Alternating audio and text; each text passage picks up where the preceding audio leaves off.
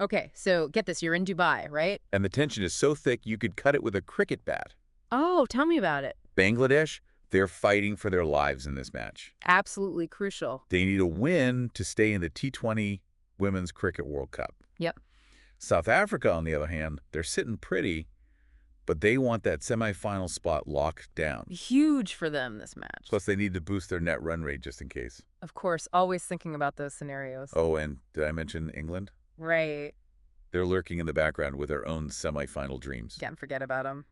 So yeah, this match, it's a big one. Massive implications all around. We're diving deep into this match today to figure out what happened. Because it wasn't just about who won, it's how they won that really mattered. Every run, every wicket, it all added up, you know, Exactly. Yeah. Each one of those had a ripple effect on the whole tournament. like dominoes. Before we get into the thick of it, though, let's set the scene. Good idea. We're not in Sharjah for this one. Different beast altogether. This time, it's Dubai. Ah, now that changes things. And any cricket fan worth their salt knows that Dubai, well, it's a whole different ball game. Absolutely. Right. It's a batter's paradise, that Dubai pitch. So flatter than a pancake. Pretty much the ball just glides onto the bat. Spinners hate it. Not much for them to work with there, no. So basically, we usually see some high scores in Dubai, You got it. which could have been just what the doctor ordered for Bangladesh. But they were really needing a confidence booster. Yeah, they had that awesome win against Scotland, but Yeah. then bam, those losses to England and the West Indies really hurt. Not the best momentum going into a must-win game. Not ideal. Plus, they hadn't even hit 120 runs in any of their previous matches. Seriously. Not even once. So not only are they coming into this match needing a win, but they need a big win Huge pressure on their bowlers as well. to defend a low total. Exactly, like trying to stop a runaway train. So Bangladesh wins the toss and chooses to bat first. Figured they'd try to put up a massive total. Hey, sounds like a good plan in theory. Except things didn't exactly go according to plan for them. Oh? They kind of fell back into their old habits. Really? Struggled early on, finding it tough to build any momentum. So it was like a repeat of their earlier matches then. Sadly. Yeah, I was getting some serious deja vu watching it. Those dropped catches. Ugh, don't remind The me. missed time shots. It was painful. Oh, dear. Was it another one of those innings? It pains me to say it, but yeah, pretty much. Oh, There were a few bright spots, though. really? Sohana Mostri looked like she was finding her groove for a while there. Okay, yeah. Most straight. I remember her innings. Finished with 38 runs. She was really fighting hard. She was. What A happened? brilliant delivery from Malaba bowled her clean. Cricket is such a cruel game sometimes. Isn't it? One minute you're on top of the world, the next you're walking back to the pavilion. It's all part of the game, I suppose. Speaking of fighting spirit, though, we have to talk about Nigar Sultana. Ooh. Ah, the captain. She always gives it her all. She does. Carries the weight of the team on her shoulders. She's their most experienced batter as well. Right. Everyone was looking to her to deliver. Did she manage to pull anything special out of the bag? She battled hard.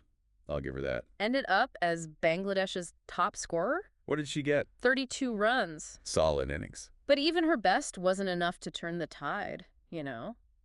Their coach had said before the match that the team was under immense pressure. Understandable. And you could really see it out there, especially with Sultana. It was palpable. They needed a captain's knock, a true match-winning innings. Someone to really step up and grab the game by the scruff of the neck. And it just didn't happen. No, To make matters worse, didn't Bangladesh drop a catch that could have changed things?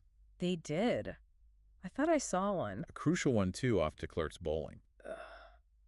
That just sums up their day, doesn't it? Missed chances, early struggles, it all added up to a whole lot of frustration in the Bangladesh camp. They were feeling the heat, that's for sure. Must-win pressure can do that to a team. Absolutely. And you could just feel the whole match shift when South Africa came out to bat.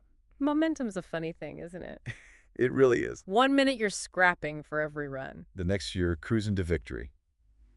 They had this look about them. Oh, yeah. This quiet confidence. Like they knew they had it in the bag. I think that's the thing about net run rate in these tournaments. It adds a whole other layer of pressure, doesn't it? Totally.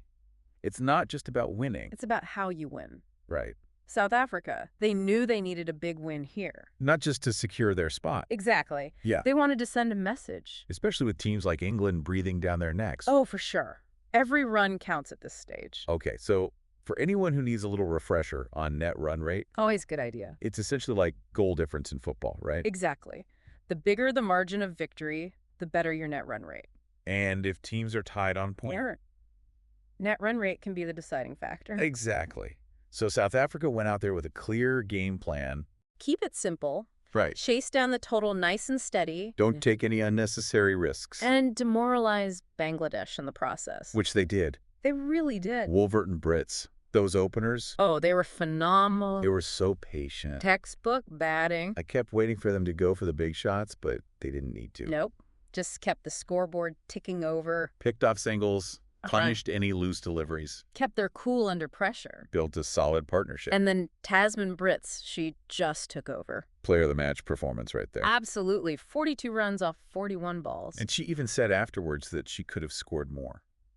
That's the scary thing. Right. They're not even satisfied with a dominant win like that. They're always hungry for more. Always striving for improvement. That's what makes them so dangerous. Absolutely. And let's not forget, What's that? that dropped catch early on. Oh, great. Bangladesh had a chance to get Brits out early. She got a lifeline. And she made them pay. He sure did.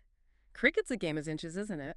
It really is. Those little moments can change everything. Speaking of moments, though, we have to talk about Cap. Oh, she was everywhere, wasn't she? Everywhere, wickets, runs, catches. The complete all-rounder. Like the Swiss Army knife of cricketers. That's a great way to put it. She can do it all. And that really highlights the depth of this South African team. Absolutely.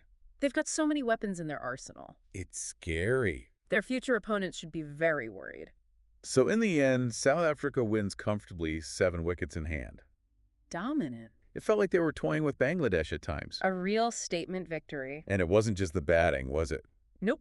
Their bowling was on point as well. Disciplined. Strategic. They really exploited those Dubai conditions. Starved Bangladesh of runs, forced them into mistakes. And when Bangladesh did give them an opening, The fielding was clinical.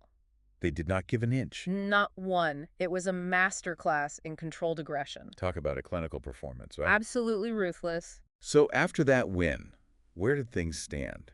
I mean, we know South Africa were looking for that big win to boost their net run rate, but how did it shake up the race for the semifinals? Well, that win launched them straight to the top of the table. Just like that. Yep, they'd finish all their group matches. So it was out of their hands then. Exactly. A waiting game. Must have been nerve-wracking. Oh, I bet. Knowing your fate is in the hands of other teams. Exactly. But while South Africa were catching their breath, there was one team feeling the heat. Let me guess, New Zealand. Bingo. They were playing Sri Lanka at the same time. Right. And with South Africa's win, the pressure was well and truly on. I bet they were glued to the scoreboard watching every single run, every single wicket. Oh, for sure. That's the nature of these tournaments, isn't it? Definitely. Every match has these ripple effects. It's true. One team's result can make or break another team's chances. And we can't forget about England. Right? Still in the hunt for a semifinal spot. They must have been watching that match very closely. Oh, absolutely. Analyzing every single move. Knowing that South Africa had set the bar. Exactly. They knew exactly what they needed to do in their remaining games. No room for error. None whatsoever. The pressure was on. Well said. So to wrap up this incredible match, South Africa put on a masterclass in controlled aggression. They really did dismantle Bangladesh. Showed the world they're a force to be reckoned with. 100%. It wasn't just that they won. Right. It was the way they won, the dominance. They set the tone from ball one. Yeah, dictated the terms. And I'm sure their rivals took notice. Oh, yeah. Sent a shiver down their spines for sure. So for our listeners out there, I'll leave you with this. We saw South Africa thrive under pressure. Flourished, really. But how will the other teams handle the heat? The million-dollar question. Will they crumble, or will they rise to the occasion? Oh, we'll just have to wait and see. It's going to be a thrilling finish to this World Cup, that's for sure. Couldn't have said it better myself. It's going to be one for the ages, folks. Don't miss it.